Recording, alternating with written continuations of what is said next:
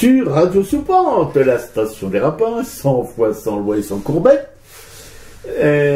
qui vous cause dans le poste, là tout de suite à l'instant, pour l'émission du 16 mars 2021, la recueil qui cause de la Commune de Paris, la Fédération des artistes de la Commune de Paris. Vous avez bien entendu, je parle d'une fédération des artistes. Et c'est une fédération, qu'on peut dire, une innovation, enfin, dans la vie, dans l'histoire de l'art, qui est assez extraordinaire. Sa première assemblée générale, réunie à la faculté de médecine à l'initiative du peintre Gustave Courbet, qui, après les formalités habituelles, lorsque l'on crée une association, le point important de cette fédération, c'est de libérer l'art et les artistes de la cage où la bourgeoisie les cadenasse. Une cage en forme d'oubliette médiévale. Vous savez, les oubliettes de Louis XI qu'on apprend à l'école, enfin, des choses comme ça, quoi. Cette caste dirigeante possède l'argent et l'influence qu'il induit. Et les rapins, s'ils veulent survivre ou vivre, doivent se plier à des règles édictées par les possédants et le pouvoir politique qui, hier comme aujourd'hui, ça continue, en est l'obligé. Au XXIe siècle, ce sont les milliardaires hexagonaux qui font la loi, qui font le marché de l'art, et les fonctionnaires du ministère de la Culture qui sont aux ordres.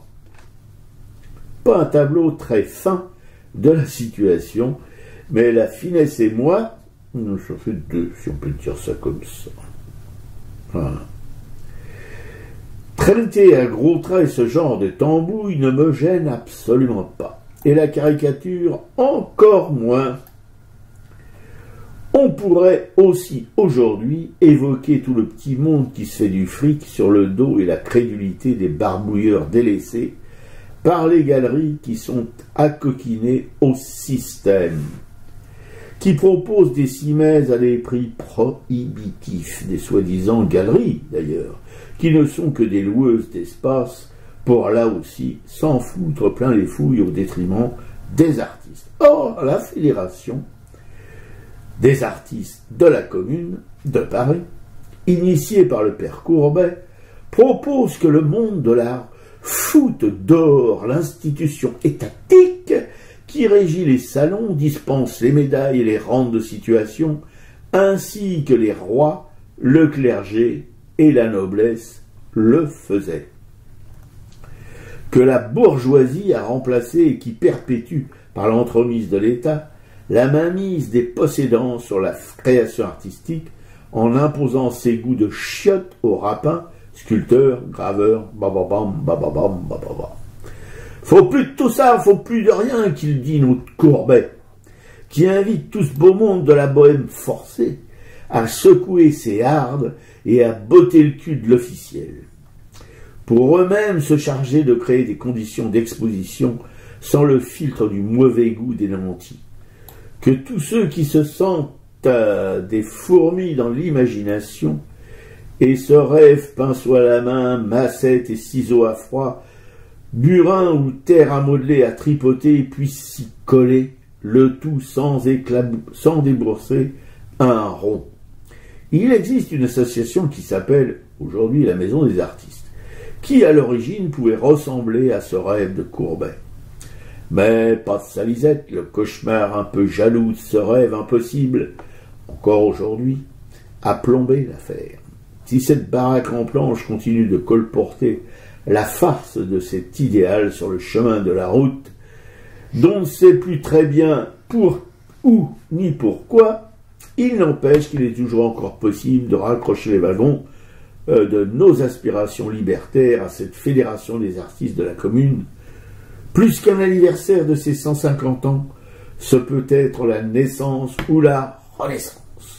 Le temps de tataner tous ces infoutus qui s'y croient et qui se font du gras au ministère de la Culture, héritier d'un ministre qui se la jouait, vous voyez, successeur du vieux Malraux, mais qui n'était et n'est, je crois qu'il respire encore, qu'un minable petit faussaire qui a dévoyé la création depuis plus de 40 ans.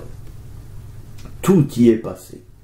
L'enseignement, de la maternelle aux beaux-arts, en passant par tout ce que je vous raconte dans ce qui précède. Un désastre qui va perdurer jusqu'à quand? 150 ans de retard, un bail. Et tant que ceux qui collectionnent Kunz et tous les oiseaux de l'art dit contemporain utiliseront l'influence que le pognon procure pour polluer Versailles, le Louvre, tous les lieux prestigieux de ce pays qui part en couille, avec les artistes de leur collection. Courbet n'a pas fini de faire des 8 dans sa tombe et les rapins de la sauter, sauf à chanter qu'il vole encore. Ouais, non, c'est ça, c'est vraiment encore, c'est vraiment d'actualité, cette fédération des artistes. C'est vraiment intéressant de retrouver tous ces textes. Et moi, alors là, je me suis beaucoup inspirée pour ce que je vais raconter du site des Amis de la Commune ou du blog de Michel Audin, Ma Commune de Paris. Ce sont vraiment très documentés, ce sont des travaux d'historiens, donc on peut être à peu près sûr de la véracité de toutes leurs infos.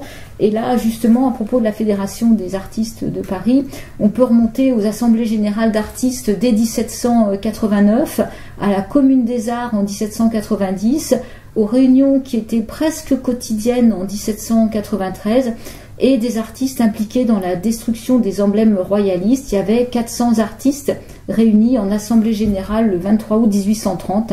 Il y a aussi une assemblée... comme en 1871. Voilà, il y avait aussi une assemblée générale en 1848. Donc la mobilisation des artistes accompagne les révolutions et leurs revendications, que ce soit la démocratie d'une association d'artistes autogérés, un principe d'élection pour les jurys de salon, une indépendance des artistes et de l'État, et ça les montre désireux de sortir d'un statut où ils sont dépendants du désir et de l'arbitraire justement des commandes des princes et autres mécènes. Donc voilà ce qui va se passer à partir du 18 mars. Alors le rappel, c'est une publication qui publie régulièrement une rubrique intitulée Nos musées. Et dans le numéro qui est daté du 18 mars, est appelé et rapporté un appel de Courbet aux artistes sous le titre Les Arts libres. Donc il les convoque pour leur rendre compte des travaux du comité et leur proposer une nouvelle organisation des beaux-arts.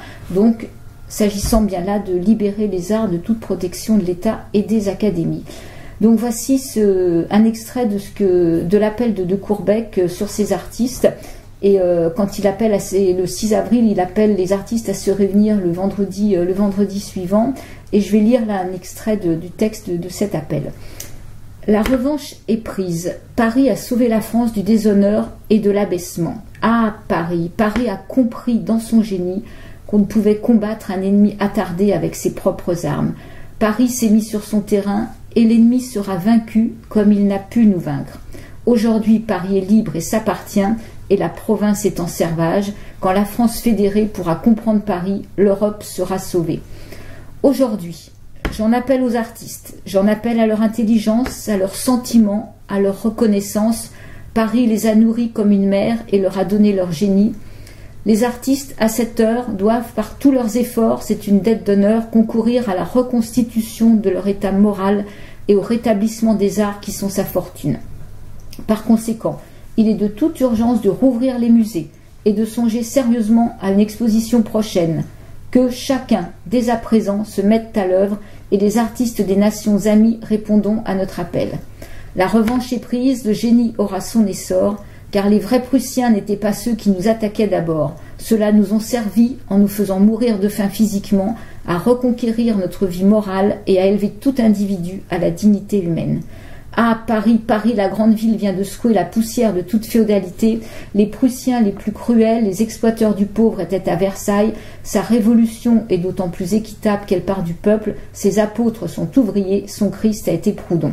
Aujourd'hui, je le répète, que chacun se mette à l'œuvre avec désintéressement. C'est le devoir que nous avons tous vis-à-vis de nos frères soldats, ces héros qui meurent pour nous.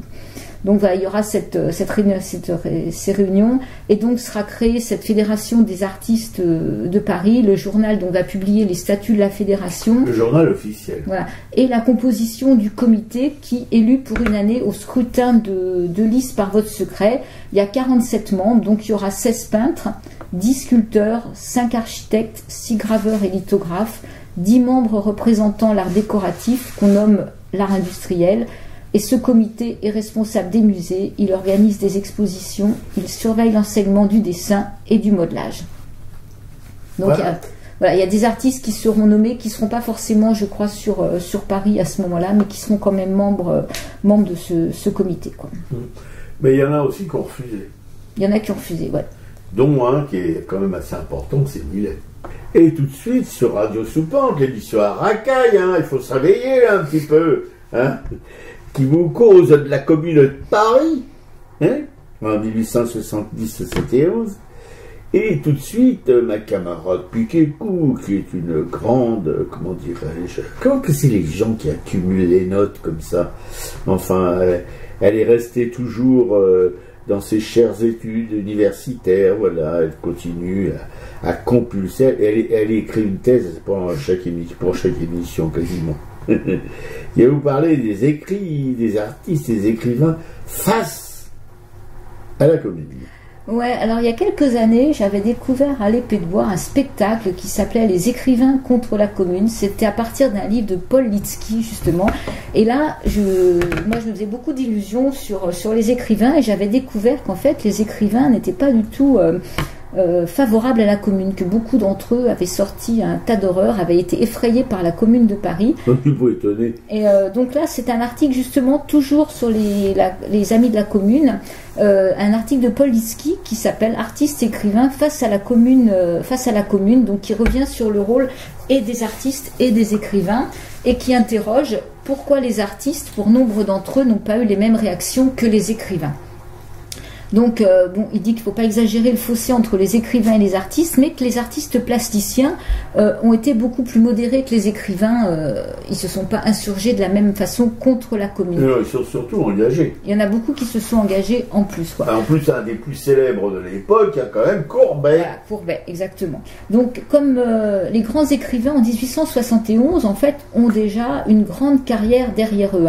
Ils ont connu les espoirs et les désillusions des révolutions de 1830 et 1848, mais le Second Empire a su les domestiquer, et les jeunes écrivains parmi eux sont rares. Au contraire, à l'exception des peintres pompiers, la plupart des artistes sont nettement plus jeunes.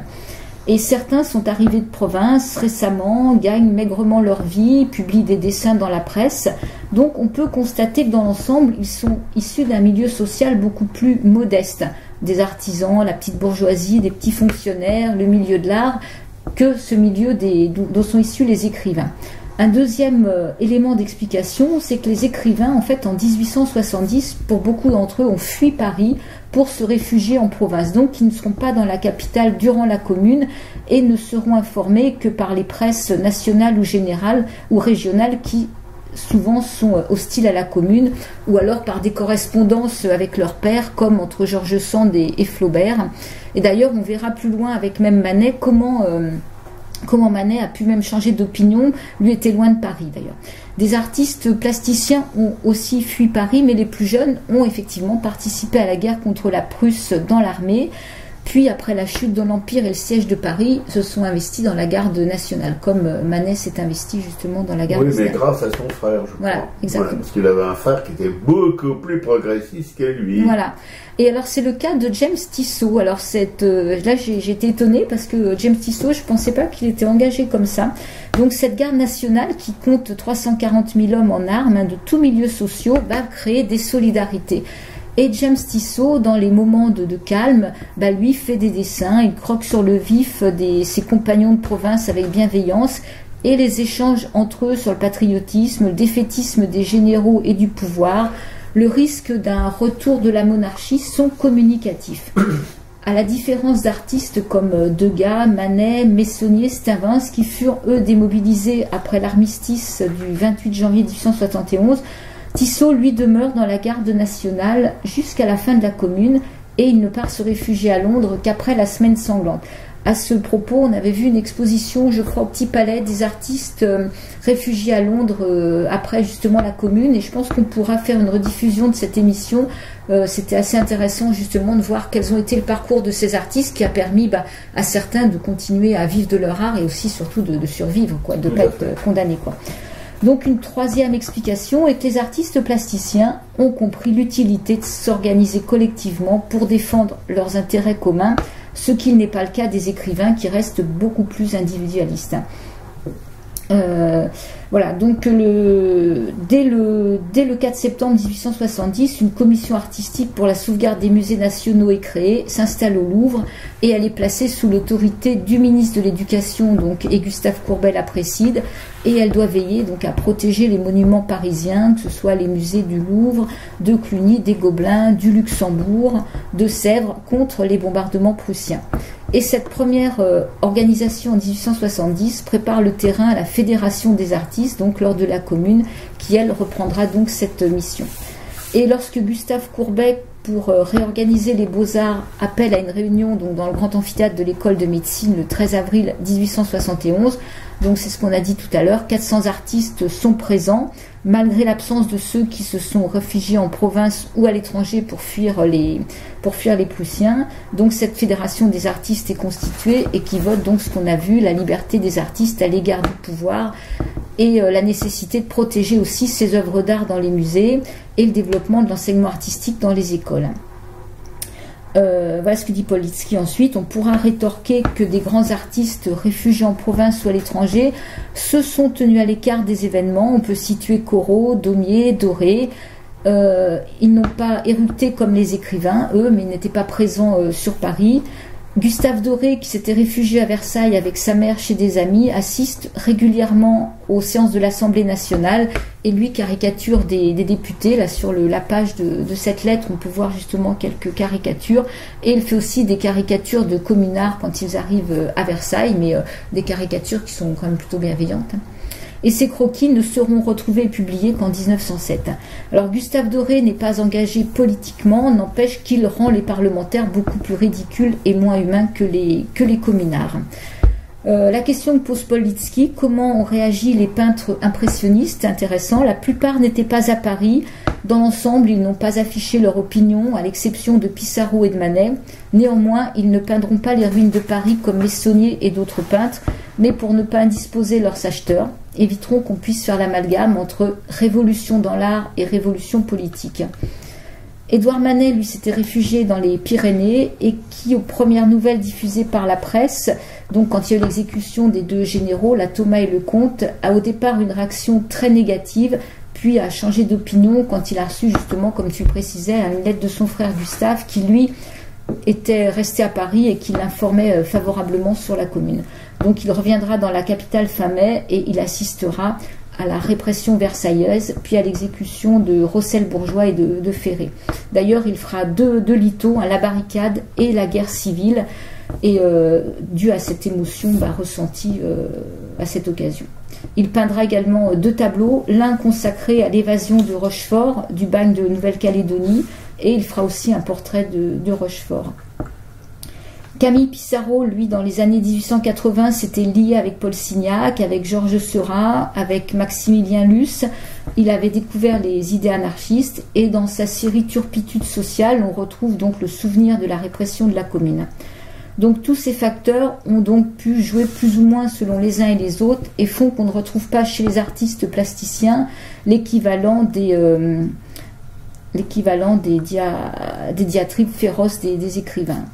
Voilà. Donc c'est important de le souligner parce que ce livre, si vous pouvez vous le procurer en bibliothèque où il a été réédité, je crois que c'est au PUF et la découverte, les artistes contre la Commune, on est assez sidéré de lire certains passages, quoi. Ouais.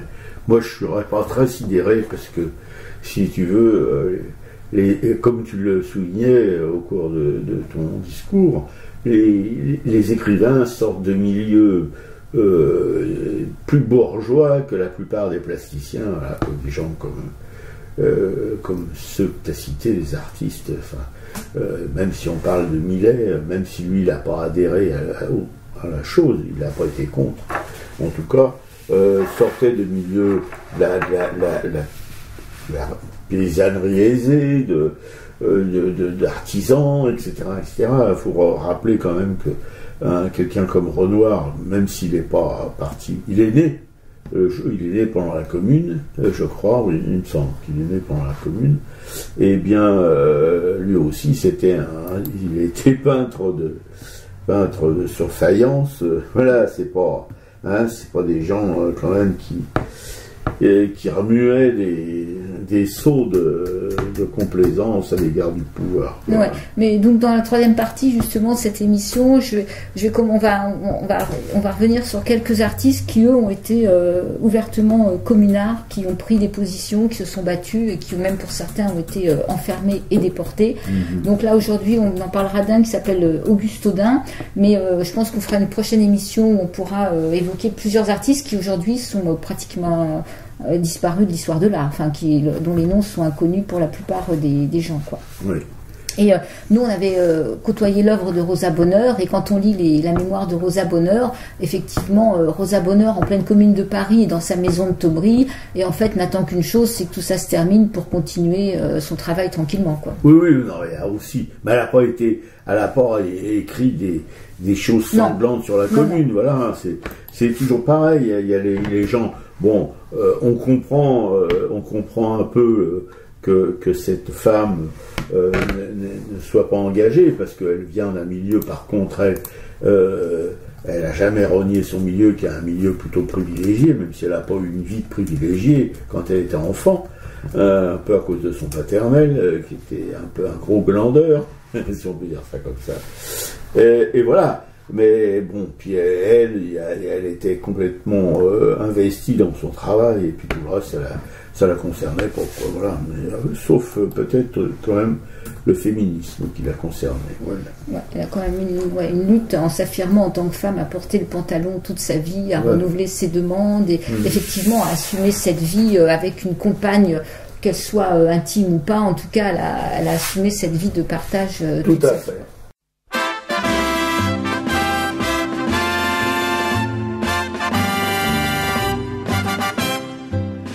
Un insurgé, son vrai nom c'est l'homme, qui n'est plus à la bête de somme, qui n'obéit qu'à la raison, et qui marche avec confiance, car le soleil de la science se lève rouge à l'horizon.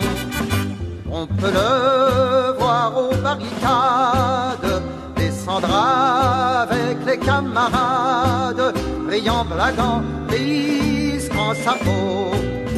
Et sa prunelle décidée s'allume aux splendeurs de l'idée, au reflet pourpré du drapeau.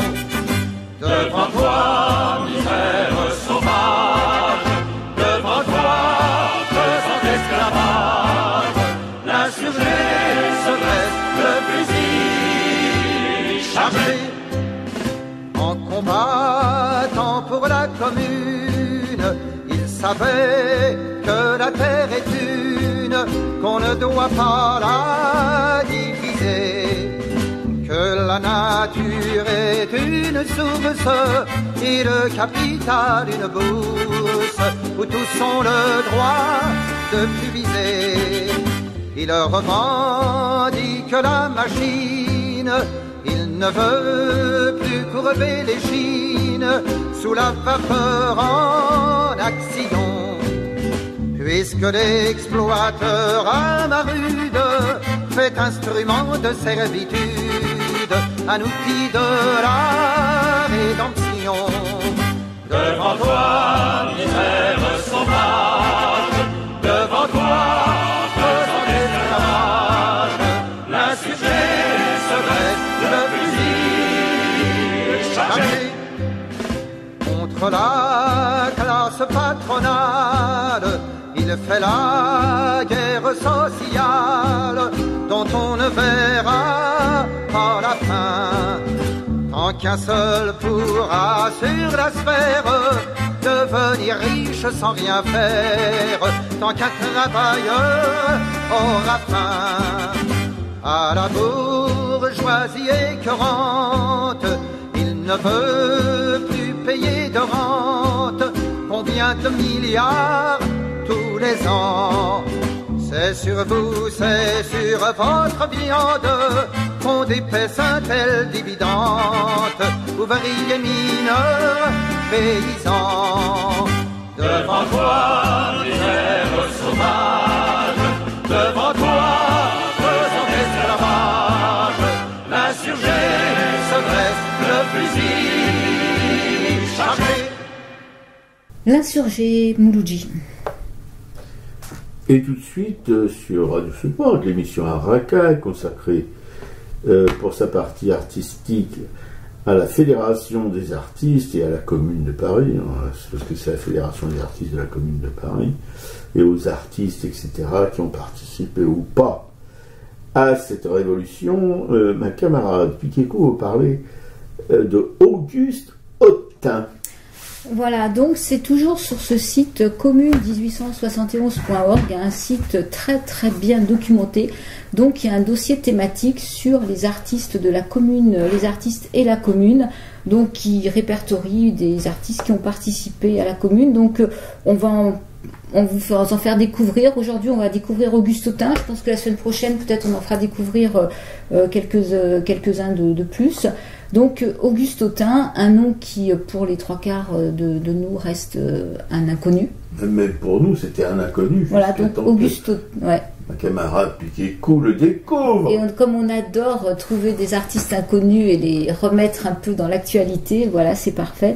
Auguste Autain, 1811-1890, artiste fourriériste et communard.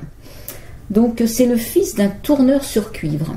Donc il est reçu à l'école des Beaux-Arts en 1825, il a 14 ans, et il va fréquenter des ateliers qui vont fortement le marquer. Un sculpteur qui va lui apprendre à se libérer de l'académisme, et un autre atelier de sculpteur qui lui est franc-maçon et fourriériste, et qui, pour l'époque, avait des méthodes novatrices de dessin, demandant par exemple à ses élèves d'observer un objet, de le dessiner de mémoire. Donc ces enseignants vont influencer également Rodin d'ailleurs, Dalou et Fantin-Latour. Et on pense qu'à cette époque, Autain va adhérer au mouvement fourriériste. Le mouvement fourriériste, c'est le mouvement de Charles Fourier, bien sûr. Donc cet Auguste Autain combat sur les barricades déjà en 1830. Et en 1836, il va remporter un premier prix de Rome. Il va être pensionnaire à la Villa Médicis jusqu'en 1840. Et à cette époque, la Villa Médicis abritait de nombreux artistes sympathisants fourriéristes.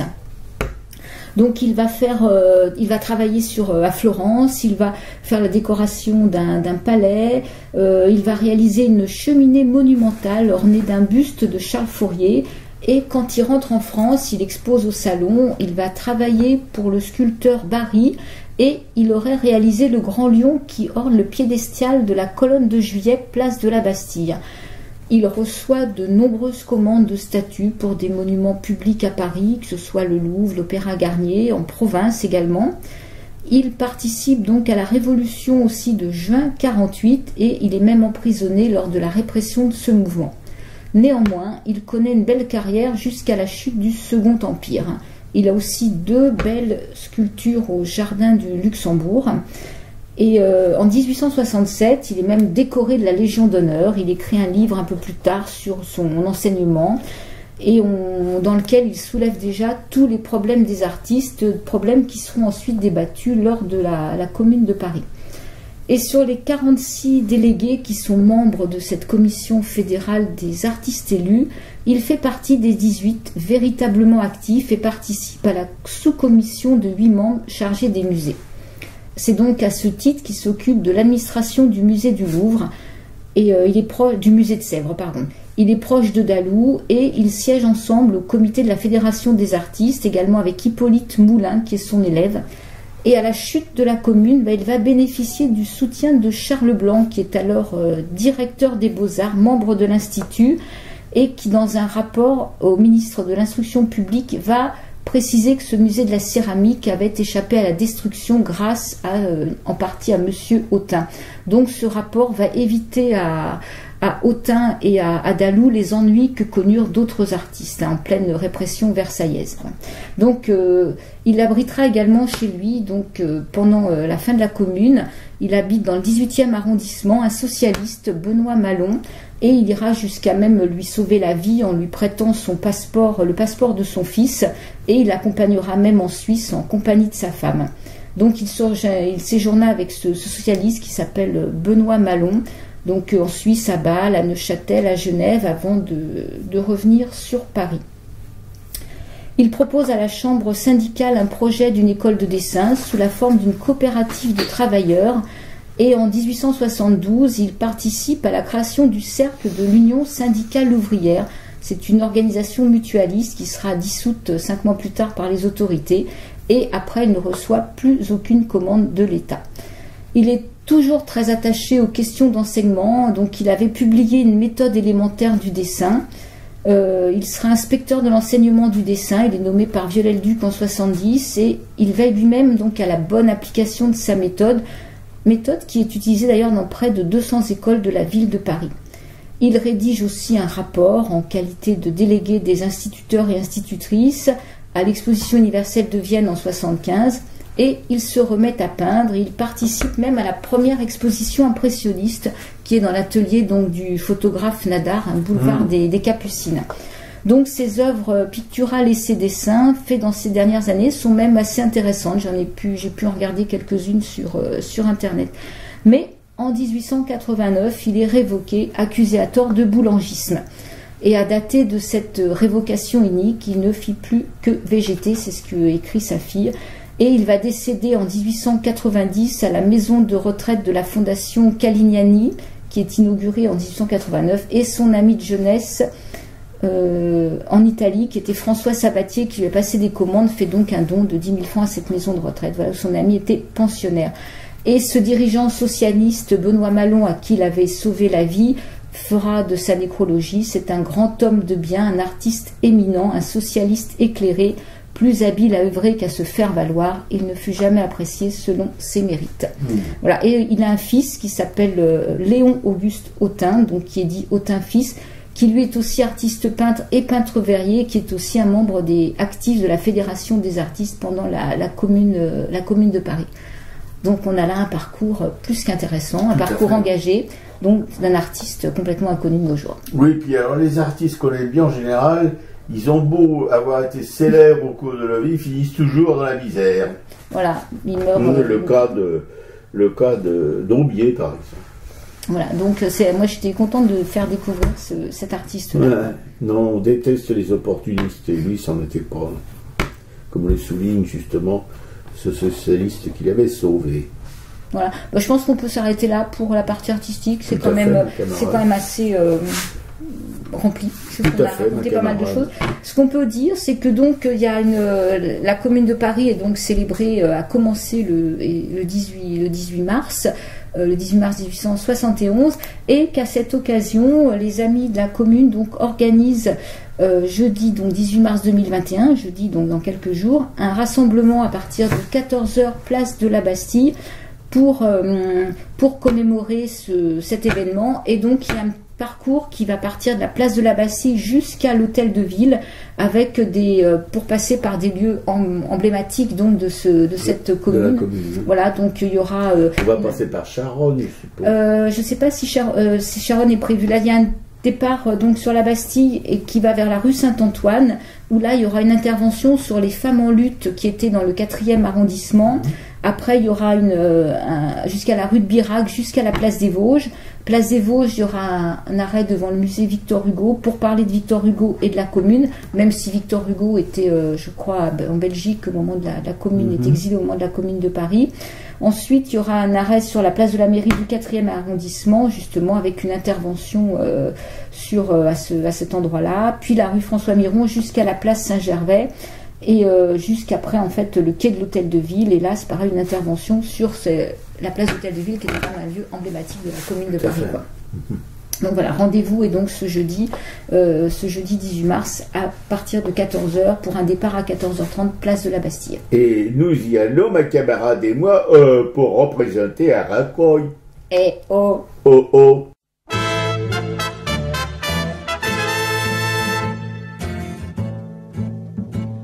des mouchards et des gendarmes, on ne voit plus par les chemins que des vieillards tristes en larmes, des veuves et des orphelins, parisiens de la misère, les heureux même sont tremblants, la mode est au conseil de guerre et les pavés sont tous sanglants. Oui, mais ça branle dans le manche, les mauvais jours finiront. Égard à la revanche, quand tous les pauvres s'y mettront, quand tous les pauvres s'y mettront. On traque, on enchaîne, on fusille tout ce qu'on ramasse au hasard. La mère à côté de sa fille, l'enfant dans les bras du vieillard. Les châtiments du drapeau rouge sont remplacés par la terreur de tous les chenapans de bouge, valet de roi et d'empereur. Oui, mais ça branle dans le manche, les mauvais jours finiront. Égard à la revanche, quand tous les pauvres s'y mettront, quand tous les pauvres s'y mettront. Demain les gens de la police refleuriront sur le trottoir, fiers de leurs états de service et le pistolet en sautoir. Sans pain, sans travail et sans armes, nous allons être gouvernés par des mouchards et des gendarmes, des sabres peuplés, des curés. Oui, mais ça branle dans le manche, les mauvais jours finiront. Égard à la revanche, quand tous les pauvres s'y mettront, quand tous les pauvres s'y mettront. Le peuple au collier de misère sera-t-il donc toujours rivé? Jusqu'à quand les gens de guerre tiendront-ils le haut du pavé? Jusqu'à quand la sainte clique nous croira-t-elle un vil bétail? À quand enfin la République de la justice et du travail? Oui, mais ça branle dans le manche, les mauvais jours finiront. Égard à la revanche, quand tous les pauvres s'y mettront, quand tous les pauvres s'y mettront.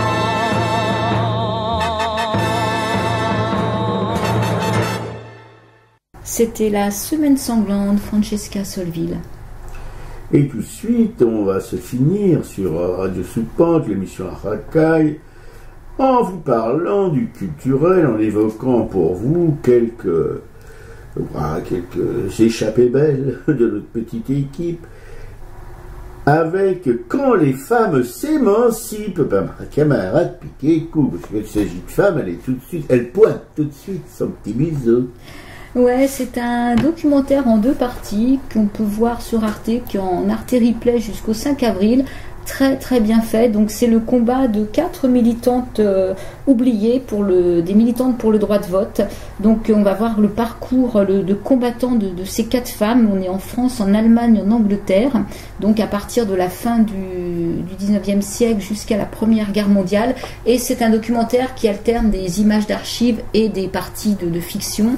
Et c'est vraiment passionnant de voir comment ces femmes ont combattu et comment elles se sont heurtées donc à la violence des hommes et à la violence de l'État. Et il y a certaines figures comme Emmeline Pankhurst, qui était vraiment une femme phare des suffragettes justement en Angleterre, qui ont été jusqu'à sacrifier pratiquement leur vie, qui ont fait des grèves de la faim violentes, qu'on a nourries de force. Enfin, et ce documentaire donc est vraiment très très bien fait.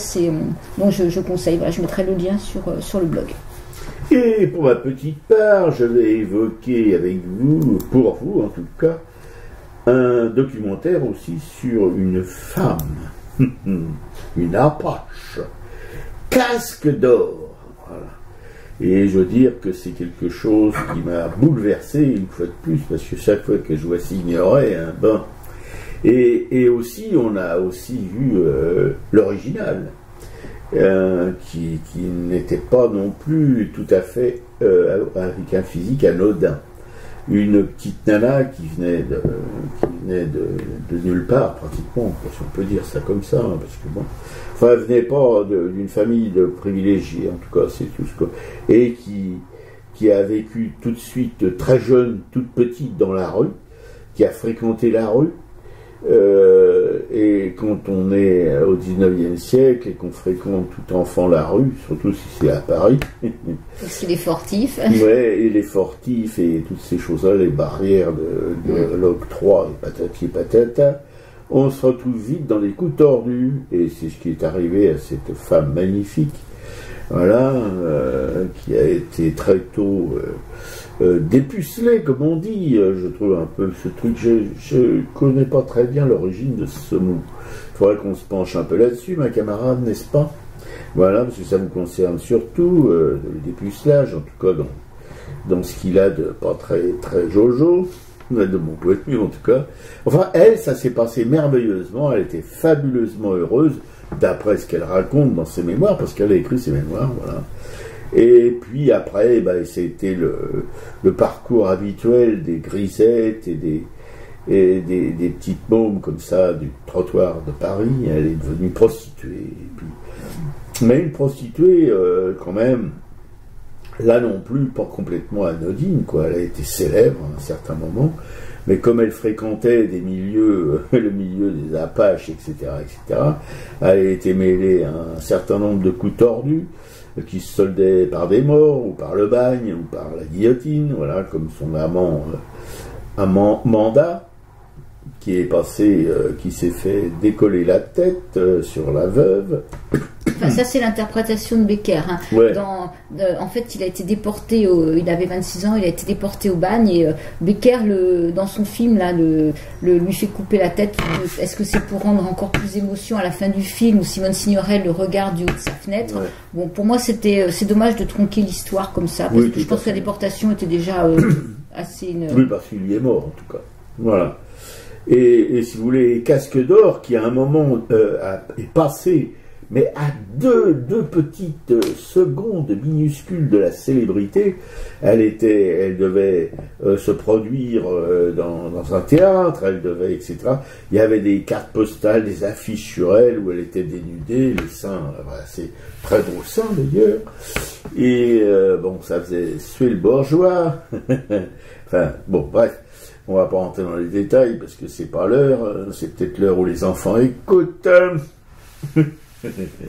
Enfin donc, une femme magnifique, son seul tort, c'est d'être née dans la rue quasiment, et voilà, et le préfet Lépine, bien nommé, a donné un coup d'arrêt fatal à sa carrière naissante de vedette, de célébrité, parce qu'elle était célèbre même internationalement, en faisant interdire sa pièce de théâtre, son spectacle, en faisant interdire la publication de ses cartes postales érotiques.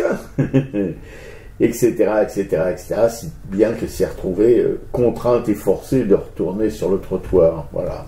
Non, elle a fini après comme... Oui, non, mais, oui, c'est vrai qu'elle a eu une période de prostitution. Oui. Encore, oui. Et Oui, puis après, bah, elle a fini comme quoi? Dans une bonneterie. Elle a Dans fait une un petit commerce de bonneterie. Oui, enfin, ça me fait doucement rigoler.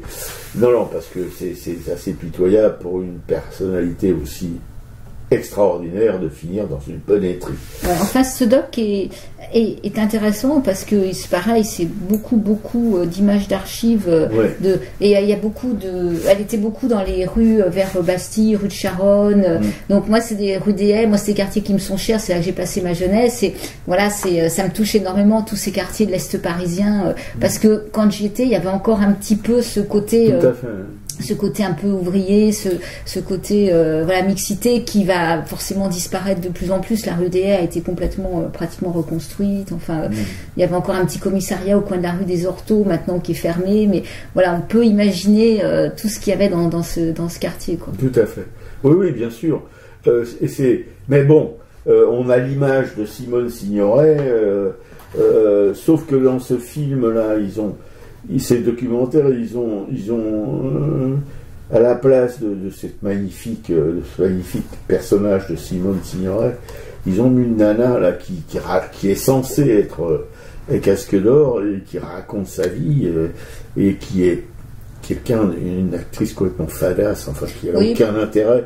On se demande ce qu'elle fait là. En fait, il n'y a pas grand intérêt à rajouter ces scènes d'écriture au chevet, là où elle raconte. Effectivement, on aurait très bien pu se contenter des extraits de films de Becker et des images d'archives. Voilà, le reste c'est vraiment un superflu, exactement. Ouais, mais on a vu quand même des images d'archives de Paris au 19e siècle, Paris ou même Montmartre, le Montmartre, etc. Du 19e, où il n'y a pas encore le Sacré-Cœur, je crois. Hein. Non? Si, peut-être. Ah bah si, il y avait le Sacré-Cœur. Oui, parce que ça commence. Oui, c'est en 1893, donc elle a 15 ans en 1893. Donc oui, il y avait Quoique le Sacré-Cœur a dû mettre une quinzaine d'années à être construit. Ouais, mais il était en construction, en tout cas. Voilà. Ou c'est à ce moment-là, si vous voulez aussi, que la butte Montmartre, on a foutu en l'air tous les quartiers de cabanes, etc., où il y avait toute la, si on peut dire, le petit peuple de Montmartre, qui habitait là. Ça a été prétexte, effectivement. De raser tout ça, de raser ce qui restait de jardin, potager, parce que dans toutes ces petites cabanes, il y avait tous un petit jardin, on pourrait dire des jardins ouvriers, pour s'alimenter, quoi, parce que bon, c'était vraiment pour la joie, quoi. Voilà. C'est bon. Ouais. Non, voilà. Donc c'est un doc. Je sais pas si moi je l'ai vu. On a vu sur le site de Ciné Mutin. Est-ce qu'on peut le voir gratuitement? Je suis pas certaine. Bon, sinon ça doit être 3 €. Ça peut valoir le coup, quoi. Voilà. Et dans les films à regarder, alors en avant-première est passé aussi sur Arte ce magnifique film fait à partir de 3 tomes de bande dessinée de Raphaël Messan qui s'appelle Les damnés de la commune. Raphaël Messan a travaillé 8 ans sur ces ouvrages à base de gravures de l'époque. Ce ne sont que des gravures en noir et blanc donc qu'il a récupérées dans les archives. Donc ces 3 tomes de bande dessinée sont absolument fabuleux. À partir de ça, il réalise un film. Et donc un film d'1h30 qui va reprendre les principaux moments de cette histoire de la commune de Paris. Un film d'animation qui est absolument fabuleux, qui a été présenté la semaine dernière en avant-première sur Arte, mais qui est à partir de mardi 16, qui est sur le programme d'Arte mardi 16, je crois, à 20h50, et qui sera visible pendant un mois, pendant une semaine, jusqu'au 23 mars. Donc je vous conseille vraiment de le visionner. C'est vraiment une leçon d'histoire, c'est magnifique, c'est précis, c'est plein de... Et il y a beaucoup d'émotions, parce que on va vivre cette commune de Paris à travers le parcours de... j'ai oublié son prénom, Brochet, qui est ambulancière et qui va nous raconter son histoire, et c'est Yolande Moreau qui a prêté sa voix à cette ambulancière, et c'est profondément touchant, quoi. Et t'as aussi Le Cœur synthétique. Voilà, alors j'ai lu Le Cœur synthétique de Chloé Delhomme. Alors c'est un prix Médicis, c'est le prix Médicis de cette année. Chloé Delhomme est une auteure que j'ai découvert en flânant sur le net, en cherchant des auteurs féministes. Elle a un parcours qui est intéressant, qui se bat justement pour toujours ce droit des femmes. Et ce cœur synthétique, c'est son dernier bouquin où c'est l'invisibilité des femmes de 46 ans dans le paysage amoureux et professionnel. Et en fait, ce bouquin est comme une grosse déception parce que il est très inégal. Donc s'il y a des passages où il y a une belle écriture, il y a beaucoup de passages un peu mollassons qui font un peu journal d'ado. Enfin voilà, c'est dommage de découvrir Chloé Delhomme à travers ce bouquin qui, à mon avis, est loin d'être son meilleur livre. Donc je vais en lire d'autres. Elle a écrit Les sorcières de la République, qui est beaucoup plus intéressant par le fond. Enfin, on sent que c'est une femme qui a beaucoup de choses à dire, qui elle a eu un parcours terrible parce que elle a des origines libanaises. Son père était militaire et son père était très violent. Et donc sa mère, à un moment, pour la protéger, a dit bah écoute, je vais te quitter. Et en fait, le père a pris un fusil, il a tué sa mère et il s'est tué après. Donc elle a été élevée par des grands-parents et elle a vraiment elle s'est débrouillée, elle s'est instruite, elle s'est même, je crois, prostituée dans des bars de luxe pour gagner sa vie. Et là, elle écrit des bouquins qui sont vraiment des bouquins politiques, militants, quoi. Et donc ce cœur synthétique à côté est un peu fat, quoi. Donc je conseille Chloé Delhomme, mais pas à travers ce bouquin-là, quoi. Oui, bah, c'est normal. Moi, les génies à temps complet, là, j'y crois pas trop. Hein. Bon, je pense qu'on a tous des failles, et puis c'est... Voilà, il faut l'accepter, ça fait partie des personnalités artistiques. Hein. Bon, et tout de suite, on va parler de nos amis, hein. Claude et André, de la Bastille dans des Nations. Karine, dites Karine Ouzette, une pote à Piquet-Couille qui habite à Montigny. Mais attention, pas n'importe quel Montigny, pas Montigny les Bretonnaux, hein. C'est Montigny... Les Cormeilles. Les Cormeilles. Voilà, pas les Corneilles, hein, les Cormeilles, hein, pour les dire de la feuille. Marie-Christine, c'est une graveuse, hein, ou une graveur, ça dépend, parce que on a une de nos auditrices, Nicole, qui n'aime pas le mot graveuse. Elle a raison, graveur, c'est plus joli. Alors, nous disons, Marie-Christine, une graveur, hein, qui va bientôt, ou qui a déjà déménagé du Gard aux Cévennes. On aimerait bien savoir, enfin, si elle nous écoute, qu'elle nous rassure. Hein. Claude et William, qui sont nos amis brestois, hein, nos très chers amis brestois. Jean-Paul Souvraz, qui est un artiste de coups de tierre-manche, dans Schnour. C'est sympa. Et, un petit sandwich au jambon, hein, avec un petit coup de rouge. Ouais, Jean-Paul, d'accord. Claudine, qui est la copine, très chère copine, hein, de ma camarade plus qu'encore. Voilà. Jean Peluzzi, du Val d'Oise, qui nous en envoie des bien bonnes, quand il nous en envoie, parce qu'en ce moment, il nous en envoie plus rien. Bon. Il a envoyé récemment, très drôle, cet extrait des Guignols qui datait de 2005 sur justement la pandémie et la vaccination. Et c'était très prémonitoire parce qu'il y avait tout ce business plan qui était organisé pour une éventuelle pandémie et on est exactement dans ça aujourd'hui. Non, je l'ai pas vu. Ah, je te le montrerai. Corinne, notre tapissière bien aimée. Salut Coco. Et Joël, notre Arlésienne du Caire, c'est un personnage assez énigmatique, qui bourlingue dans le nord de l'Afrique, qui bourlingue aussi, oui, c'est le nord de l'Afrique, hein, l'Égypte, hein, mais lui, c'est de Tripoli, en passant par, le Mali, etc., donc des régions très paisibles, hein, puis là, en ce moment, il est posé au Caire, voilà, c'est sa base, le Caire, voilà. Bon, pourquoi pas. Comment dirais-je? Alors, Claude, William, Claudine, Jean Peluzzi, Corinne, Joël, notre Arlésienne du Caire, Anne-Emmanuel et Frédéric, qui sont aussi des artistes qui font partie de cette petite bande, Corinne, Joël, etc. Juliette Plante, une graveuse en relégation à Rochefort-sur-Mer, elle doit être aimer les marins, je sais pas, enfin, une graveuse quand même émérite qu'on adore. Clément, un graveur aussi, mais nous, on a alors, Juliette Plante, comment on dit? Graveur. Une graveur. Clément, qui est un graveur, voilà, qui est bourlingue entre Montreuil et Vincennes, mais Clément qui grave sur tout ce qui bouge, et ça, quand je vous dis ça, c'est vrai, là. Il peut graver sur une planche pourrie, sur n'importe, une poutre, tout ce que vous voulez, et il imprime des trucs, mais invraisemblables. Enfin, avec rien, quoi. Voilà, c'est ça. Et il fait beaucoup de petits jeux, il fait des découpes de ses gravures, et puis il les transforme en petits jeux, en masques, etc. C'est quand même assez fortiche, et on l'aime beaucoup, mais c'est vraiment le Vincent Van Gogh de la gravure. Hein. Il a une énergie assez fatigante pour ceux qui sont à ses côtés. Agnès Dubar, une graveur de Schnorr, mais qui a immigré dans le sud, et puis maintenant qui va émigrer dans la Bretagne du Sud, voilà. Thierry Morciot, un graveur belge de Bruxelles, enseignant, et qui grave à ses heures de loisirs, mais alors attention, c'est du lourd. Colette, Jacqueline et Nicole, 3 nanas, veuves d'artistes émérites dont elles font vivre l'œuvre. Voilà, comme elles ont aidé leur mari artiste à vivre durant leur existence terrestre. Non mais d'accord, je vous le dis tout de suite. Hein. Liliane et Laurence, 2 écrivaines qui signent leur polar. C'est des polars, oui. Claude Isner, hein, c'est pas des roses flamboyantes et des...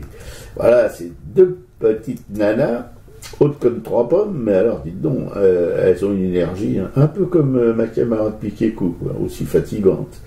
Bon, Geneviève, notre sorcière bien aimée, Michel Pelloual, dit Peluche, un artiste, un de mes voisins artistes de cette résidence d'artistes pourris, voilà. Mais par contre, sa peinture n'est pas pourrie du tout. Marie-Christine et Christophe, des militants chez Militants qui militent, voilà. Cécile, tu la sens, ma 5e puissance, une émission magnifique qu'elle animait sur une radio dont on ne dira pas le nom. Oui, Cécile, on pense toujours à toi et on t'aime toujours. On regrette le bon temps, ouais, tu vois ce que je veux dire. La Rousse flamboyante, elle aussi, qui anime 2 émissions justement flamboyantes, hein, sur cette radio pourrie dont on ne parlera pas. José Arthur, du mélange, même punition, même motif, c'est tous les dimanches après-midi. Ouais, lui c'est carrément un grand professionnel. Hein. Il a travaillé aux États-Unis, au State, comme on dit, dans des radios, voilà, des radios libres.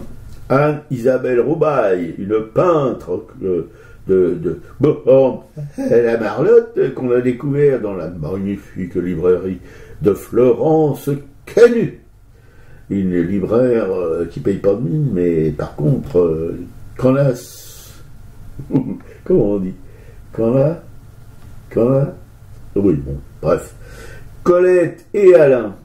Oui, Colette et Alain, 2 mécènes, gentils et tout, comme tout. Qui de temps en temps fréquente mon atelier Puri. Christophe dit Lulu, un commissaire-priseur un peu farfole, mais bien gentil quand même.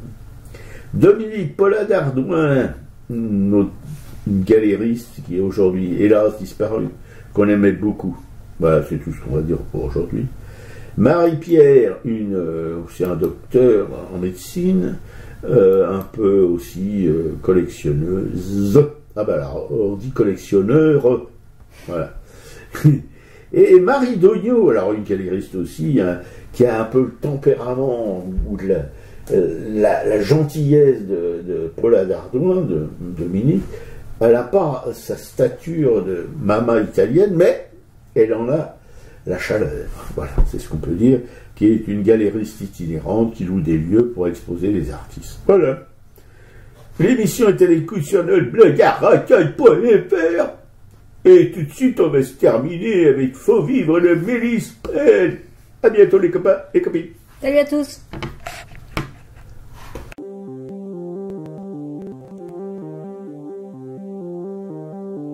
Malgré l'écran suet du néant, c'est pour mieux nous manger enfants et les silences et les boucans. Faut vivre.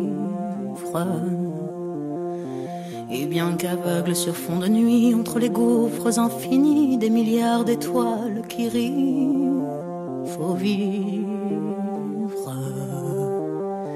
Malgré qu'on soit pas toujours beau et que l'on ait plus ses 16 ans et sur l'espoir un chèque en blanc, faut vivre.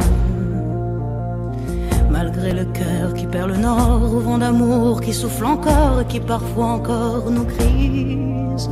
Faut vivre, malgré qu'on n'ait pas de génie, n'est pas Rimbaud qui veut pardir et qu'on se cherche un alibi. Malgré tous nos morts sans coquette qui errent dans les rues de nos têtes, faut vivre. Malgré qu'on soit brave et salaud, qu'on ait des complexes à gogo et qu'on les aime, c'est ça le pire, faut vivre. Malgré l'idéal du jeune temps qui s'est usé au nerf du temps et par d'autres pris en chantant, faut vivre. Malgré qu'en se tournant vers le passé, on est effrayé de s'avouer qu'on a tout de même un peu changé, faut vivre. Malgré que l'on soit de passage, qu'on vive en fou, qu'on vive en sage, tout finira dans un naufrage, faut vivre. Malgré qu'au ciel de nos poitrines, en nos sentinelles endormies, dans un bruit d'usine gémit, le cœur aveugle qui funambule sur le fil du présent qui fuit, faut vivre. Malgré qu'en nous un enfant mort si peu parfois remue encore comme un vieux rêve qui agonise, faut vivre. Malgré qu'on soit dans l'engrenage des notaires et des héritages où le cœur s'écore et s'enlise, faut vivre. Malgré qu'on fasse de l'humour noir sur l'amour qui nous en fera boire jusqu'à ce qu'ils nous disent au revoir, faut vivre. Malgré qu'à tous les horizons, comme un point d'interrogation, la mort nous regarde d'un œil ivre, faut vivre. Malgré tous nos serments d'amour, tous nos mensonges, jour après jour, et bien que l'on n'ait qu'une vie, une est seule pour l'éternité, malgré qu'on la sache rater, faut vivre.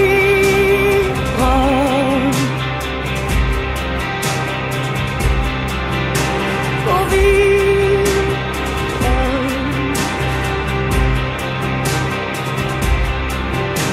Faut vivre. Faut vivre.